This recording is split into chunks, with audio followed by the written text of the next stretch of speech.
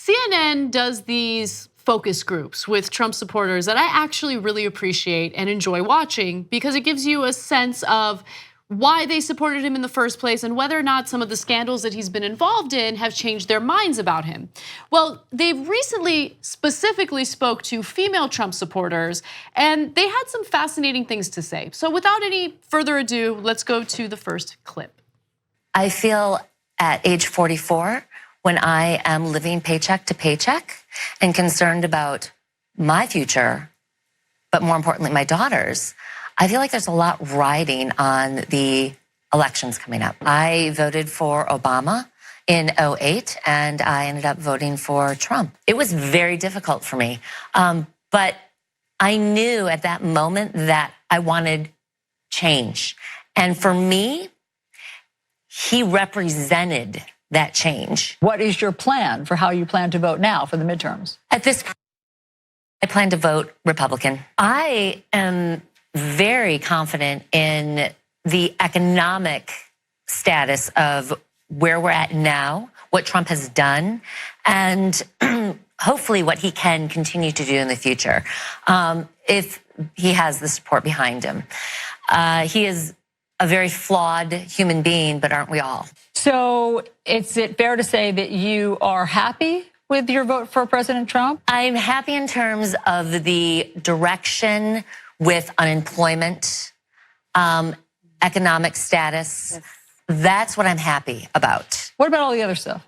The other stuff, to me, at this point, is noise. Okay, so her whole argument is the economy's doing great. I am a person who's living paycheck to paycheck. Economy matters a lot to me. And so, he's flawed, but aren't we all? I want to just quickly respond to that. She's right in that everyone's flawed. We're all flawed. There's no question about that. But there's a difference between having, character defects, character flaws, and being someone who's been accused of sexual assault by numerous women, someone who has been on the record supporting alleged child molesters like Roy Moore, someone who just nominated and continues to support a Supreme Court nominee who has been accused of attempted rape back when he was 17. And those are just the sexual assault allegations, right? I mean, the way he's handled policy, the way that he's bungled things, whether it's cutting taxes for the wealthy and in a lot of ways increasing taxes for everyone else, wanting to cut social programs that people who are struggling economically would rely on, would need. Those are things that you should maybe consider. But that's the thing, I think that her comment was a testament to how powerful propaganda is. Because, and it's, by the way, this is not right-wing propaganda. This is just propaganda that you see in the media, period, in regard to the economy. Because as we've talked about time and time again, while the unemployment rate is low, wages haven't kept up with inflation. Stocks are high because of stock buybacks. People are still struggling. People are still living paycheck to paycheck. So my follow-up question to her would be, okay, so if you think the economy has improved, how did it improve for you specifically? Tell me. Well, that's the thing. They got the voters living in fear. So she's living paycheck to paycheck. So she's so afraid she's going to lose what little money she has. So she's voting out of that fear, I think. I really like that CNN is doing these segments because I think it's instructive, even if we don't agree with her. And I learned something from that. And I think that if the economy stumbles at all, Donald Trump and the Republicans are in a world of trouble because it's the only thing they got left. And so if the market tumbles a little bit and people start losing jobs, and I know that it's about 2 months left, but if that happens before the election, the rug's gonna get pulled out big time. And one more quick thing here. Mick Mulvaney in the Trump administration apparently telling donors that Trump has asked many, many times since the Alabama election, like totally puzzled, hey, why did Roy Moore lose? Okay, nope. Okay, moving on, let's go to the next woman. I'm standing behind Donald Trump because of his conservative values. Having the faith-based community with him is very important to the Latino community.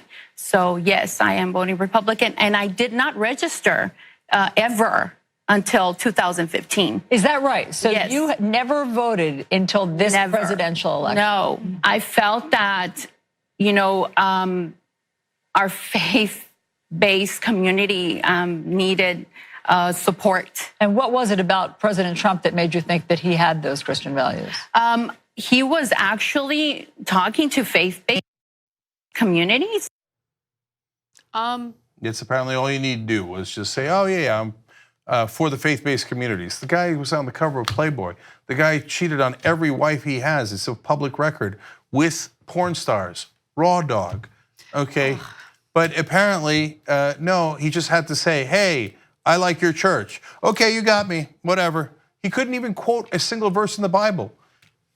People are easy to trick. In my opinion, the most aware person on the panel was actually the youngest person. And look, everyone there is a Trump voter. But what this woman had to say was so interesting to me because she caught on pretty quickly. Anyway, without further ado, let's take a look at what she has to say. I think the majority of women, I don't think that they see him as a respectful, pro-woman kind of man, especially people my age. In my age demographic, it's a huge deal that he's not supportive of easily accessible women's health care in terms of Planned Parenthood. They feel like they're losing the right to birth control, pap smears, abortions. So Allie, you're not happy that you voted. Is it fair? Is that a fair characterization? Yeah, You're it's not fair to say that I'm not. For President Trump. Yeah. Part of the reason I voted for him was because I thought he was going to be the one of the two candidates to make our national security a high priority and make us safer on our own grounds and our own territory. But when you're making fun of foreign leaders and becoming buddy with Vladimir Putin, it shakes me up a little bit.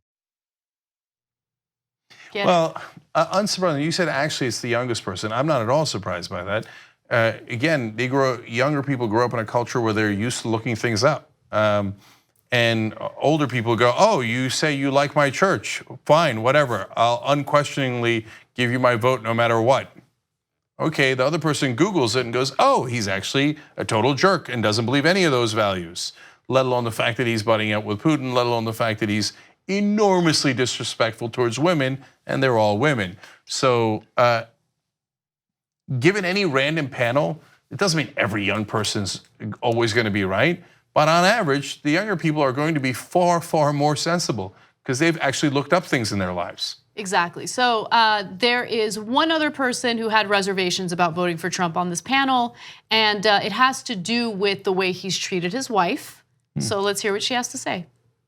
My fear with President Trump is that his extramarital affairs will make it more of a norm, that the children will think this is acceptable behavior. The whole Stormy Daniels thing, I don't agree, obviously, with what has gone on in the past. If I could only vote for a candidate who has been perfect his or her entire life, I could only vote for Jesus Christ. As Aretha Franklin would say, who's zooming who? That's not my concern. They are all adults. My expectation of an elected official is that you do the job that me as a constituent sent you, voted for you, or even if I didn't vote for you. All right, so some of the women on the panel seem to not really care about it. But look, the issue with Stormy Daniels isn't that you had two consenting adults engaging in an extramarital, thing. It wasn't an affair, they had sex once. But it's about the campaign finance laws that he potentially broke by paying her hush money. That is a problem. That is unlawful. It's illegal. But the narrative that's out there is just, oh, it was just him cheating on his wife. Who cares? Now, the last comment is actually the most disturbing because, again, they don't know what Trump's actually doing. Because if you sent him to drain the swamp, well, the guy's the king of corruption. It's one self-dealing move after another.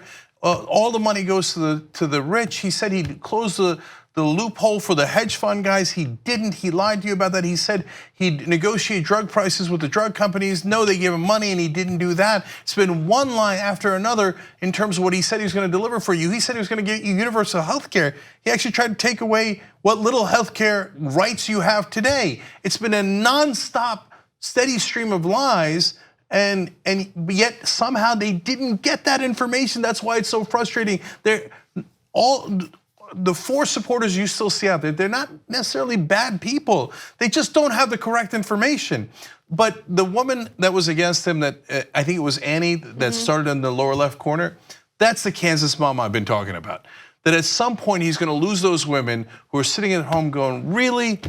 No, adultery is not right. And this guy is a pig. Yeah. And I just can't take it anymore. And I wouldn't want my husband acting that way. I wouldn't want my kids acting that way. Well, if you look at the broader picture and you look at the statistics, he has lost support among women. That is the demographic that he's lost the most support from.